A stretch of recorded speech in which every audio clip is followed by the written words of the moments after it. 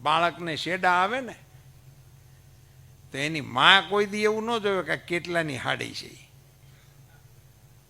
એ ધડનારાની હાડીએથી એના શેઢા લૂઈ નાખે. અને પપ્પો તો ઓલું હળગતો ફટાકડો નીકળ્યો હોય ને એમ લઈને નીકળે, આને આને આને આને આને ત્યાં આપણને લાગે હેરીવાળો ફટાકડો જગી ગયો છે ને લઈને નીકળ્યો. તમે જોયું હોય ને, એવો તો કોઈ લઈને નીકળે તેનો વિડીયો જ કરવો અને વાયરલ કરવો.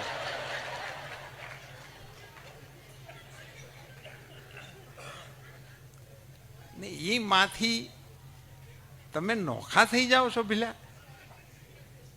એ દીકરીઓને મારે પૂછવું છે કે તમે એ માને પૂછ્યા વગરના ગમે લફંગાની વાહે હાલતીઓ થઈ જાઓ છો. જગદંબા જેવી માં તમારી પાસે છે, એને પૂછીને તમારે જે કરવું એ કરો, કોઈ દી દુખી નહીં થાવ, કોઈ દિવસ દુખી નહીં થાવ. મને તો એ સમજાતું નથી કે તમે પાણી માંગ્યું તો તમને દૂધ આપ્યું, અસોવાના કરીને તમને ઉછેર્યા, તમને ઠેસ વાગે તો એના મોઢામાંથી ખમા નીકળે, અને એને પૂછ્યા વિના ના હાવ ફાલતુની વાહે.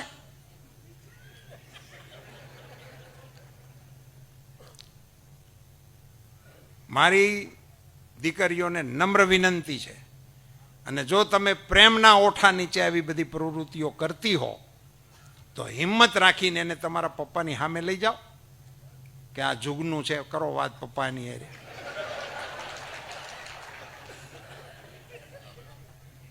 અને તમારા પપ્પા છે, એને યોગ્ય લાગશે તો જુગનુના બાપને જઈને કહે કે જાન લઈને આવો અમારે ત્યાં. પણ તમે શું કામે આવું બધું કરશો? દીકરીઓ તો લાડથી દાદાને કહેતી હતી બધી કે દાદા કે લાંબો તે વરના ગોતજો દાદાજી, લાંબો તો નત નેવા ભાંગશે, એ કાળો તો વરના ગોતજો દાદાજી, કાળો તો કુટુંબ લજાવશે. દીકરીઓ તો લાડથી દાદાને કહેતી હતી કે આવો આવો છોકરો મારી હાટું ગોતજો એમ. હવે તમે દાદાને બોલાવતા જ બંધ થઈ ગયા. એને શું પૂછવાનું હોય?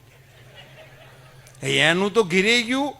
મને હમણાં એક આમંત્રણ મળ્યું રિસેપ્શનનું, તે મેં વળી હામો વિવેક કર્યો. મેં કીધું બીજા ક્યાં ક્યાં પ્રસંગો છે? મતલબ મેં તો મારી સગવડ હાટું એમ 2-3 દી હોય તો મારે ક્યાંક એકાદામાં ક્યાંક એડજસ્ટ થઈ જાય, એ હાટું મને પૂછ્યું. તો એ આદમી મોળો પડી ગયો, મને કે માંડ માંડ આમાં હા પાડી છે, આવવું હોય તો આવજે, નકરી એની કીડે હવે કોઈ પ્રસંગ નથી. એટલે રિસેપ્શનમાં છોકરાએ માંડ માંડ એના બાપાને હા પાડી કે હું રિસેપ્શનમાં હાજર રહીશ. આ સ્થિતિ આવી ગઈ છે આપણી. તે કેમ કરવા માટે 10 મિનિટમાં રેલવે સ્ટેશને જવાનું છે.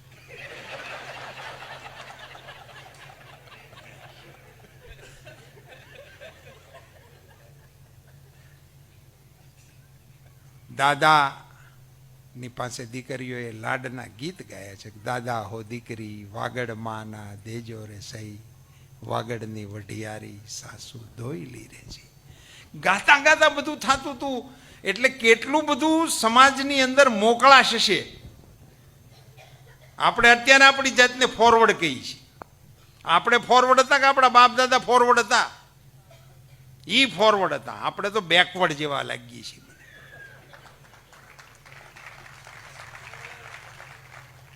કારણ કે તમે વાત નથી કરી શકતા તમારા સંતાનોની સાથે, તમારા સંતાનો તમારી સાથે વાત નથી કરી શકતા. કુટુંબની આખી એવી વ્યવસ્થા આપણે છિન્ન ભિન્ન કરી નાખી છે. કુટુંબમાં કોઈ છે જ નહીં.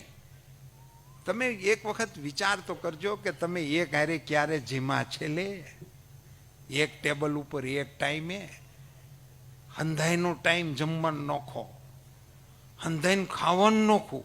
4 જણામાં 4 વાનગી બને છે. બોલો, 20 જણાના રોટલા એક ઢબે ઝીકાતા હતા.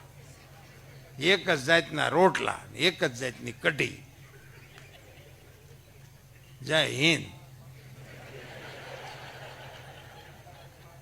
લહેરથી બધા ખાતા હતા ને કોઈને વાંધો નહોતો આવતો. બાળકોમાં કુટુંબના વડીલો પ્રત્યેનો આદર તો અંદર ઉતારો, થોડો થોડો આદર તો ઉતારો. એ નમવો જોઈએ. આપણો પરિવારનો વડીલ આવે તો એના હેતથી એના પગ તરફ એના હાથ જવા જોઈએ, તો કુટુંબના વડીલોના આશીર્વાદ એની ઉપર ઉતરે. અત્યંત ઉમદા કુટુંબ ભાવના એ આપણા સમાજ જીવનનું એક એવું અભિન્ન અંગ છે. એ અંગે વિચારજો.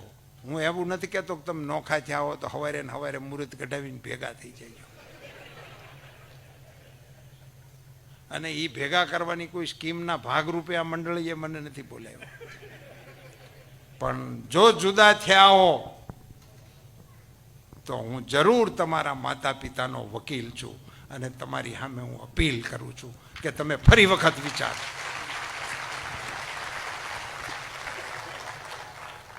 આપણો પરિવાર, આપણું કુટુંબ, અમે કયા કુટુંબના છીએ? આપણે ત્યાં વટ એવો રખાતો હતો, કોનો ભાણેજ છે, કયા કુટુંબની દીકરી છે. કહેવતો આપણી એવી હતી, ઝાડને નામે ફળ ખપે છે. કુટુંબમાં ફલાણાને ત્યાં વ્યવહાર કરવો હોય તો એ કુટુંબમાં જોવાપણું ના હોય. એ કુટુંબની દીકરી છે, દેવાય લેવાય. આ આપણા કુટુંબની શાખો હતી, એ આપણું જીવન હતું. એની અંદર મીઠાશ હતી, સંપ હતો, પરિશ્રમ હતો, એકબીજાને મદદ કરવાની ભાવના હતી, એકબીજા માટે જતું કરવાની ભાવના હતી. એ બધું આવે સંયુક્ત કુટુંબમાંથી આવે. એ બીજે ક્યાંયથી ના આવી શકે. શક્ય હોય તો તમારા માટે નહીં, તમારા સંતાનો માટે આ પ્રયોગોને તમારા જીવનમાં સાકાર કરવાનો પ્રયાસ કરજો. આપ સૌનો ખૂબ ખૂબ આભાર. ખૂબ ખૂબ આભાર માનનીય શ્રી રૂપાલા સાહેબનો. ખરેખર ખૂબ જ સૂક્ષ્મ રીતે આ વાતો છે એ આપણા સમક્ષ મૂકી અને સંયુક્ત કુટુંબ છે એમનો અદ્ભુત વાત કરી. રૂપાલા સાહેબ 5 મિનિટ મને થોડીક જિજ્ઞાસા છે, પછી ઓકે ઓકે ઓકે પછી વાત કે આટલો બરફ આપણે ભાગી ગયા. મારો પોતાનો મત એવો છે કે આપણે કોઈ ભય કે એવા કારણોસર નથી ગયા, પરંતુ વ્યાવસાયિક પરિવર્તન જે આવ્યું અને આર્થિક સંસાધનો તરફ જોવાનો દ્રષ્ટિકોણ, એટલે એક તો પરંપરાગત વ્યવસાયો આપણા તૂટ્યા. પહેલાં અહીંયા મોટા ભાગના પટેલ પરિવારના સભ્યો છે, મોટા ભાગના અહીંયા બેઠા છે. એમાંથી હું જેટલાનું ઓળખું છું એ બધાયના સર્ટિફિકેટમાં હિન્દુ લેવા કણબી, હિન્દુ કડવા કણબી એવું લખેલું છે. પણ એ કોઈ ખેતી નથી કરતા, હું નથી કરતો. મારા ખેતરમાં મજૂર ન આવતા એ મેં જોયેલું છે. મારા ખેતરમાં કોઈ મજૂર ન આવતા એ મેં જોયેલું છે. બ્રેક આવી.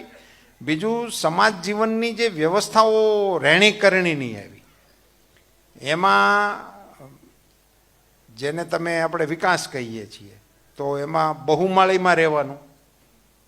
હવે એમાં સંયુક્ત કુટુંબ ન પોહાય, એટલે એમાં પણ એક વિભક્ત કુટુંબને સપોર્ટ મળે એવી એ સિસ્ટમ ડેવલપ થઈ. ત્રીજું એક કારણ મને એવું લાગે છે કે શિક્ષણની અંદર સ્વતંત્રતાની, અને એ સ્વતંત્રતા સ્વચ્છંદતા તરફ લઈ ગઈ, અને એને પરિણામે પણ આપણા કુટુંબો કેટલાક તૂટ્યા. ફોરવર્ડ હોય એ પછી ભેગા ન રહે એવી એક ભાવના નીચે આપણને. કુટુંબમાં 3-4 ભાઈ હોય, પણ એક જણ જો આગળ ભણીને ડૉક્ટર થાય, એન્જિનિયર થાય, વિદેશ જાય, તો એ કુટુંબથી જુદો થઈ જાય છે. પછી એને પહેલાં કુટુંબ સાથે એને એમ લેવલ નથી લાગતું. આવા બધા જે ભૌતિક ફેરફારો આવ્યા એને કારણે આપણી કુટુંબ વ્યવસ્થાને દેખીતી રીતે થોડો ઘસારો પડ્યો. અને બીજી બાબતો એવી છે કે નવી જનરેશનમાં આપણી જૂની પેઢીએ એટલે સ્વચ્છંદતા તરફ જવાનો એક અભિગમ અને સામાજિક રીતે સહનશક્તિના અભાવે એકબીજાનું ચલાવી નહીં લેવું, સંયુક્ત કુટુંબમાં જો કોઈ રહેતા હોય તો એનો અનુભવ એને નોંધવો પડે કે સંયુક્ત કુટુંબ તો જ રહી શકે એની જે માતા હોય સૌથી એ ઘરની મહિલા એ બધાનું ચલાવી લે એવી હોય તો જ એનું કુટુંબ સંયુક્ત કુટુંબ રહે. નહીંતર સંયુક્ત કુટુંબ રહે નહીં. એ ભાઈ કેડે ન રહે. ઘરની માતા જોઈ એ ખમી ખાય એવી હોય ને બધાયનું કરે એવી હોય અને કોઈને કામ ચીંધે નહીં પણ બધાના કામ કરે ત્યારે એ સંયુક્ત કુટુંબ ચાલતું હોય છે. આવી બધી ઘટતી જતી ચીજોને કારણે આપણી આ એક અણમોલ વિરાસતમાંથી આપણે છેટાઈ ગયા છીએ.